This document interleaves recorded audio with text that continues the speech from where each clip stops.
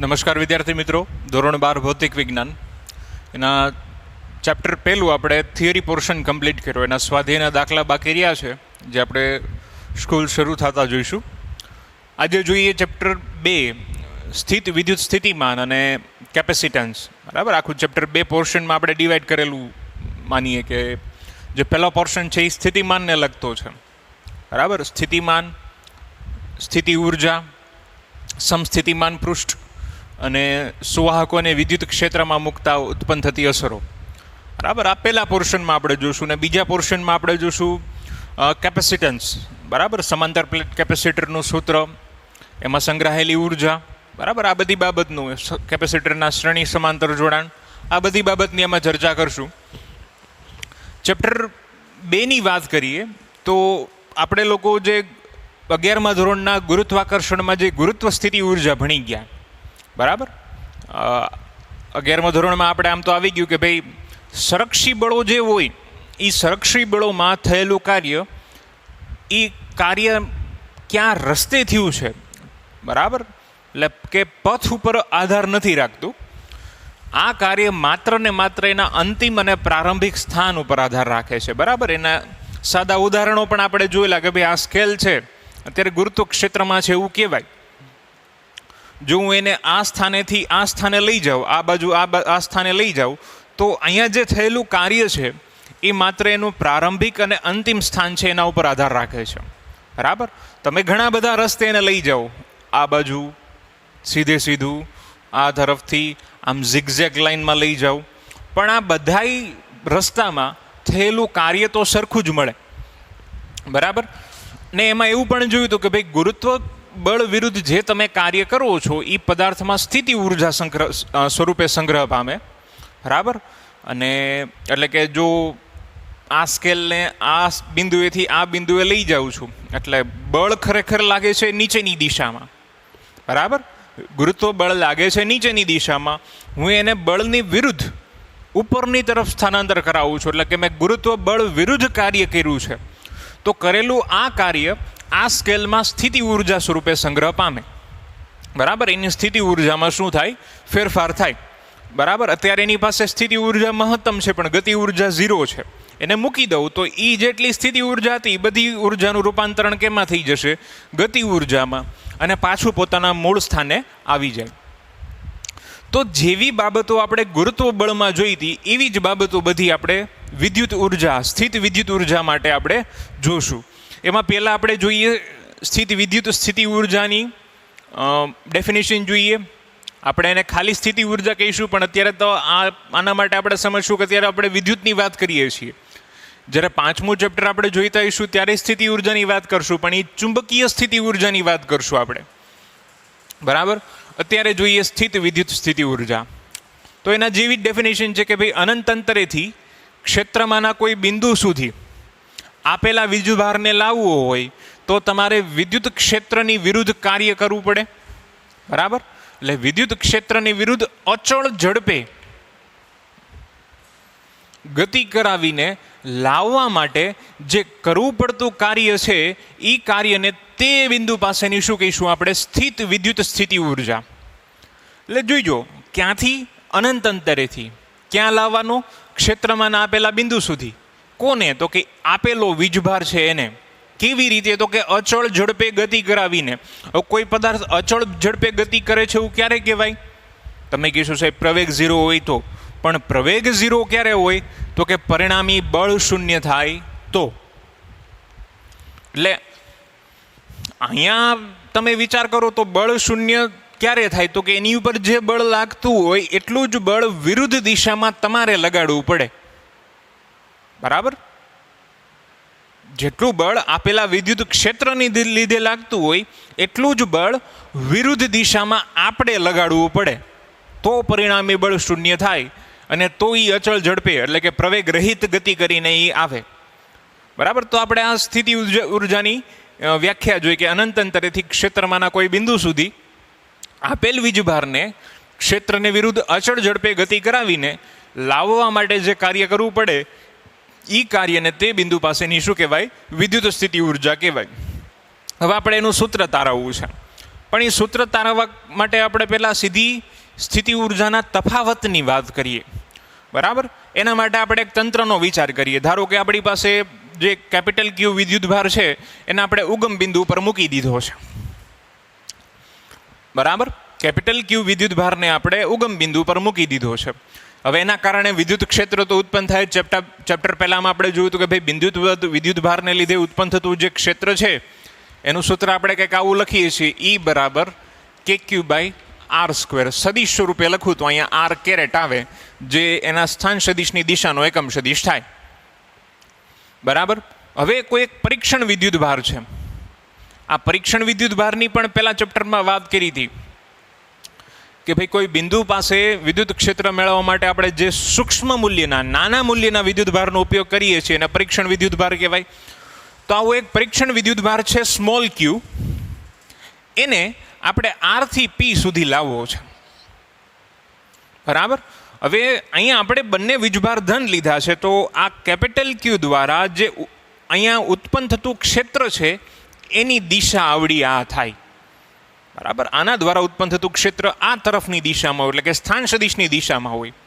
શું કામ? તો કે આના દ્વારા આની ઉપર અપાકર્ષી બળ લાગતું હોય. એટલે તમારે આ જે પરીક્ષણ વિદ્યુતભારને R થી P સુધી લાવવો છે તો આ અપાકર્ષી બળની વિરુદ્ધમાં કાર્ય કરીને લાવવો પડે. અહીંયા આપણે બંને ધન લીધા છે, બંને ઋણ લીધા હોય તો આ જ પરિસ્થિતિ થાય, બરાબર. એક ધન અને ઋણ હોય તો તમારે વિરુદ્ધ દિશામાં સ્થાનાંતર કરાવવું પડે. એ પછી આગળના કેસ થઈ જાય છે. ત્યારે આપણે બે આ ધન વીજભાર માટે વાત કરીએ. બીજું અહીંયા ક્યુ, જેને આપણે પરીક્ષણ વિદ્યુતભાર કીધો છે, એ એટલો નાનો છે કે જેથી સ્ત્રોત વિદ્યુતભાર ક્યુ ને ખલેલ પહોંચાડતો નથી. કહેવાનો મતલબ એવું છે કે ભાઈ આ સ્મોલ ક્યુ નાનો રાખવાનો, એનું મૂલ્ય નાનું રાખવું. શું કામ? નગર શું થશે, R થી P સુધી લાવો તો આનું મૂલ્ય મોટું હોય તો આ દૂર ખસી જાય બંનેના અપાકર્ષી બળને કારણે. તમે તો આને પકડીને ઢહડીને અહીં લાવો છો ને R થી P સુધી, આને ક્યાં તમે પકડી રાખ્યું છે? નહીં. એટલે જો તમે આ પરીક્ષણ વિદ્યુતભારને R થી P સુધી લઈ જાઓ તો આના દ્વારા આની ઉપર જે અપાકર્ષણ લાગતું એને કારણે આ કેપિટલ ક્યુ દૂર ખસી જાય, બરાબર.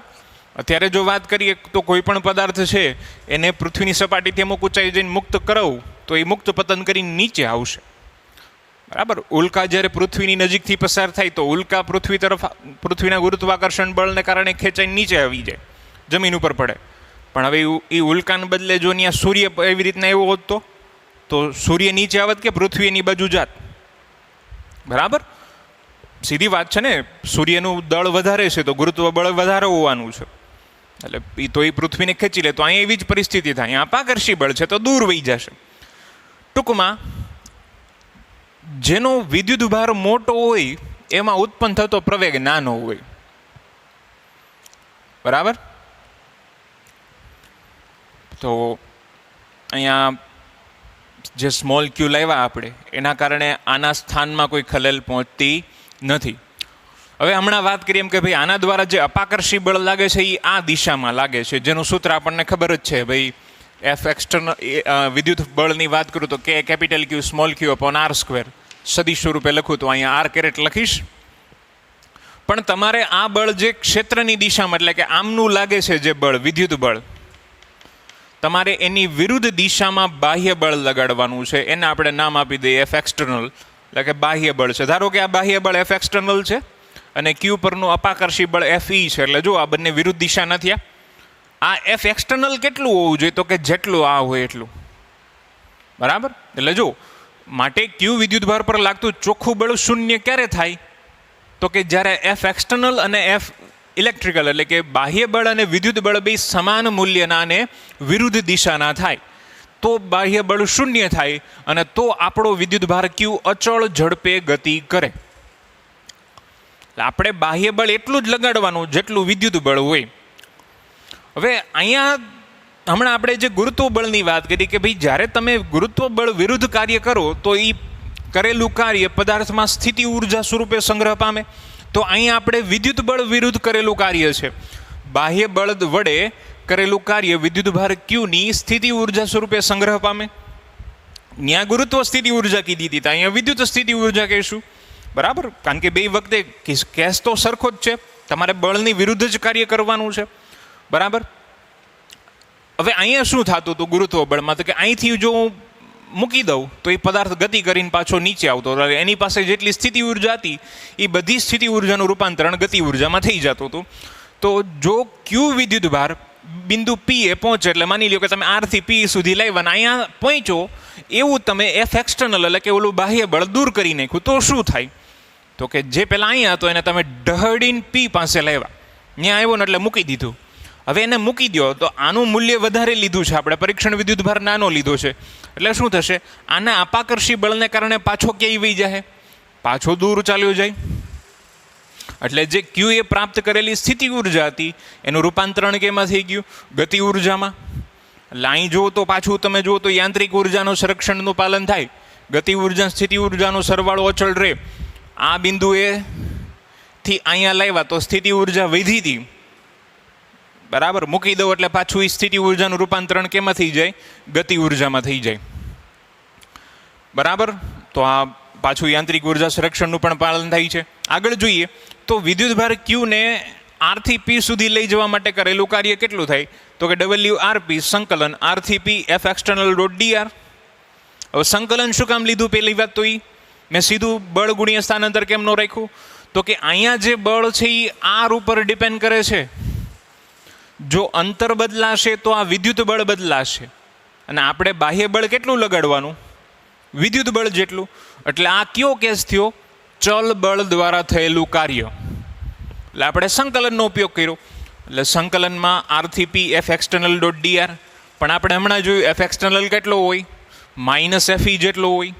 તો આ ક્ષેત્રના સ્વરૂપમાં જુઓ તો માઇનસ આવશે, બાહ્ય બળના સ્વરૂપમાં જુઓ તો પ્લસ આવશે.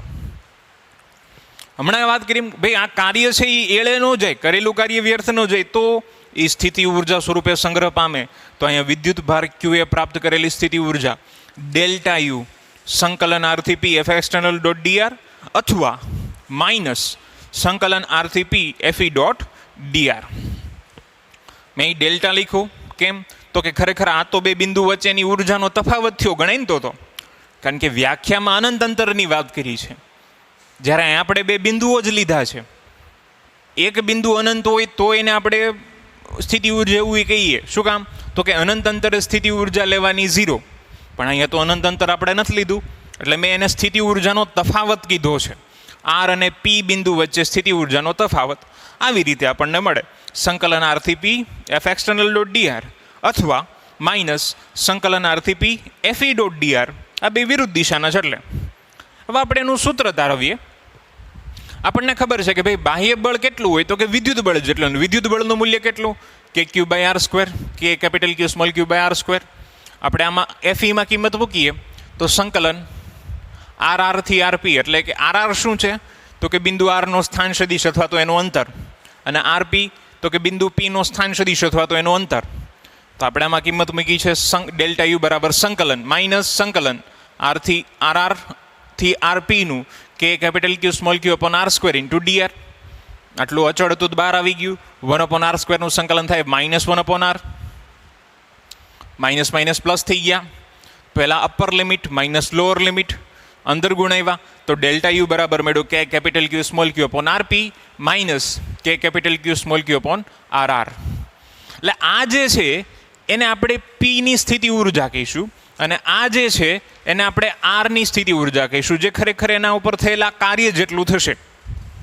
સ્થિતિ ઉર્જાનો તફાવત અંતિમ માઇનસ પ્રારંભિક. અંતિમ બિંદુ પી છે, પ્રારંભિક બિંદુ આર છે, બેનો તફાવત delta you which is equals to delta W. પણ આપણે જો વ્યાખ્યાની વાત કરીએ તો આપણે ક્યાંથી લાવવાનો છે? અનંત અંતરેથી લાવવાનો છે.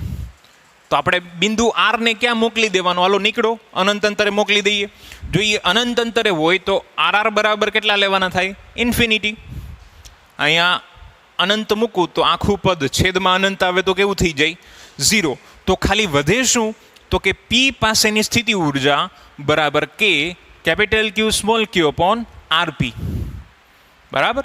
તો આ આપણને આ જે વ્યાખ્યા હતી એ પ્રમાણે પી બિંદુ પાસેનું શું મેળવ્યું? આપણને સ્થિતિ ઉર્જાનું સૂત્ર મેળવ્યું છે.